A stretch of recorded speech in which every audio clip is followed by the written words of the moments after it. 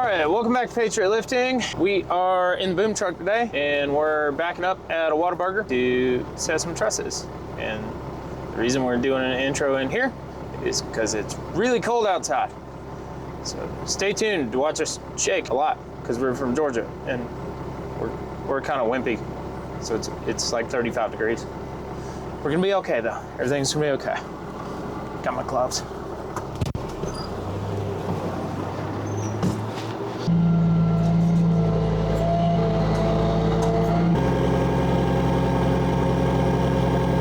So I'm just booming up to 70 degrees, and now I'm gonna scope out 92 feet of boom.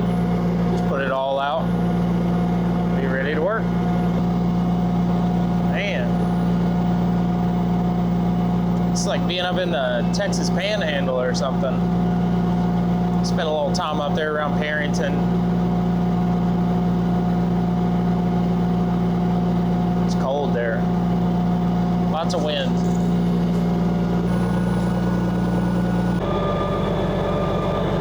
So, need a tag line, and we're gonna use some cables, and I'm gonna try and figure out a pretty quick way for them to just loop them through and hook them back. We might use shackles, might just use some sort of hook. So, try and keep them away from using this all the time though. These are just standard, I think 3/8 steel chokers. Yeah, 3/8 steel chokers, 12 foot long. These trusses aren't anything crazy, so just use these. Keep them from tearing the straps up. Should work just fine. So when I put them on the hook, I just try and leave my tags up so they don't get damaged. Obviously, if the tag gets damaged, then these are kind of trash. So yeah, just protect the tags. I just leave them upward.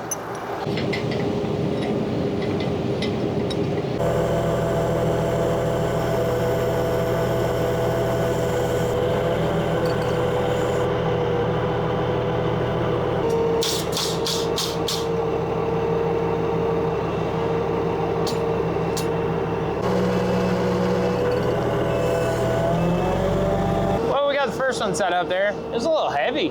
I mean, I'm guessing probably like 1,200–1,500 pounds. For a truss, that's kind of heavy. So, you know, especially for a little restaurant like this. But anyway, I got it up there. A little bit windy, so things might get a little crazy.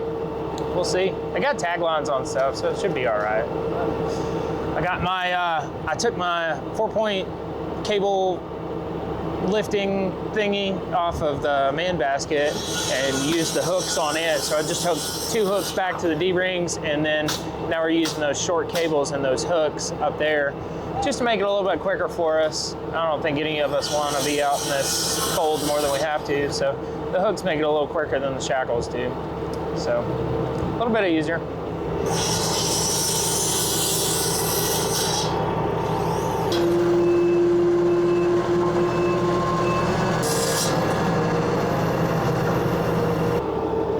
So I'm just leaving tension on it right now so that they can get it nailed into place. They've got their hands on it, but I feel like it's just courteous to have it to where it doesn't, even if they let it go, it's not gonna fall very far. It might tip just a little bit, but that's it. So I try and leave it loose enough to where they can move it, but tight enough to where it's not gonna fall over or anything like that. It just keeps everybody working good. Everybody's safe.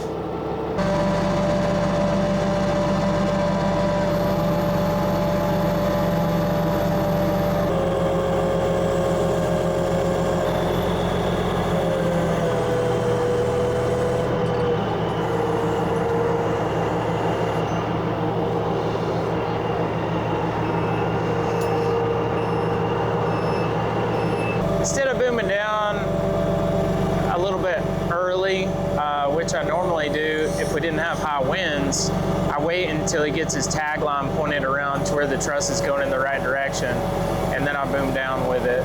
That way it just, it keeps the truss a little bit more stable, at least in my opinion. It seems to work a little bit better and a little bit safer for them. Is to go ahead and swing and then boom down after I get straight with it. So swing, get my eye in line with it, and then just at that point I'm just booming down and holding my load. So it seems to be working out better for the wind anyway.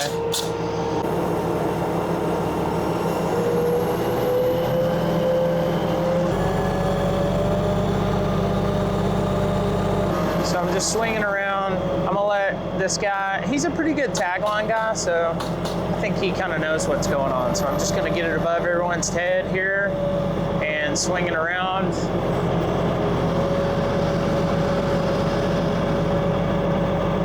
So you guys are probably wondering why I'm not necessarily using the high-speed winch very much. And I've been told, I don't know if it's true or not, but I've been told on these old 4792s, running that high-speed winch, I mean, you can hit it for a short little burst, but running it a lot wears out the winch a lot quicker. So I just don't use the high-speed winch that much, and I'd rather just stay steady and smooth than try and do everything all as fast as possible. You get faster naturally just by being smooth. If you start off smooth, then you can get faster.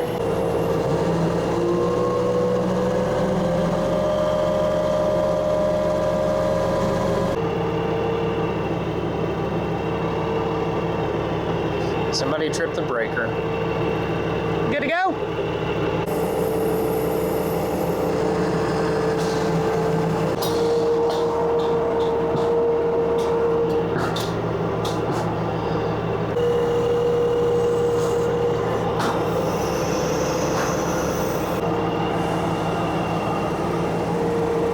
One of the questions that I get asked a lot is, are the controls the same on both sides?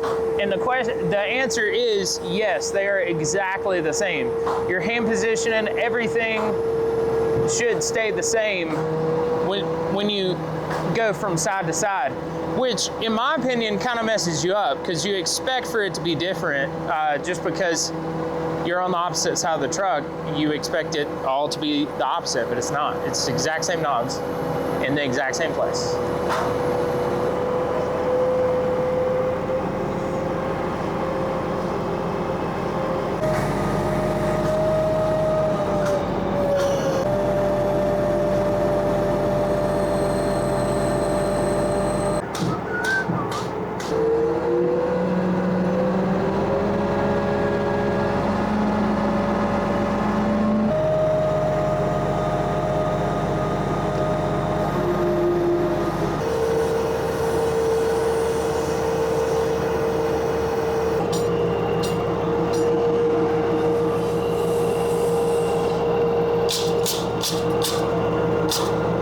Well, we're finished on the driver's side, so now we're swinging to the passenger side. A little over halfway done.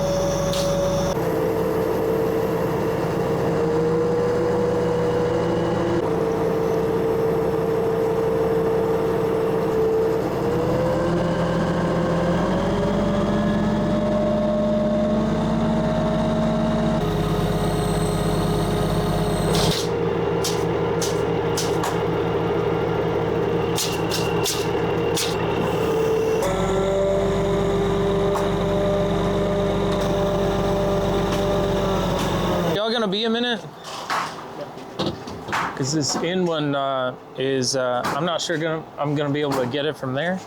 I might just move over here, maybe take about, yeah, it's a little bit heavy for the reach, so I might just move closer. Take about 10 minutes.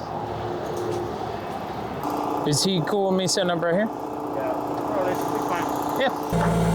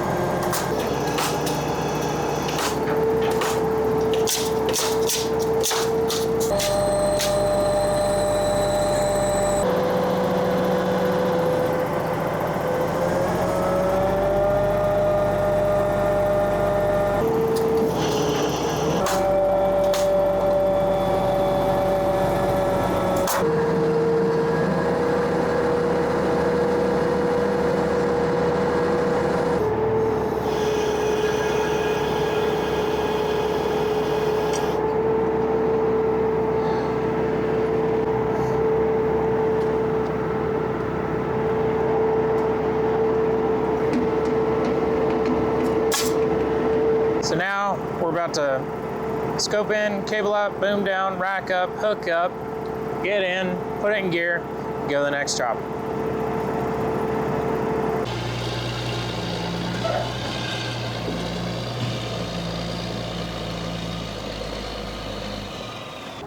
Your hands are really shaking. You need that gimbal.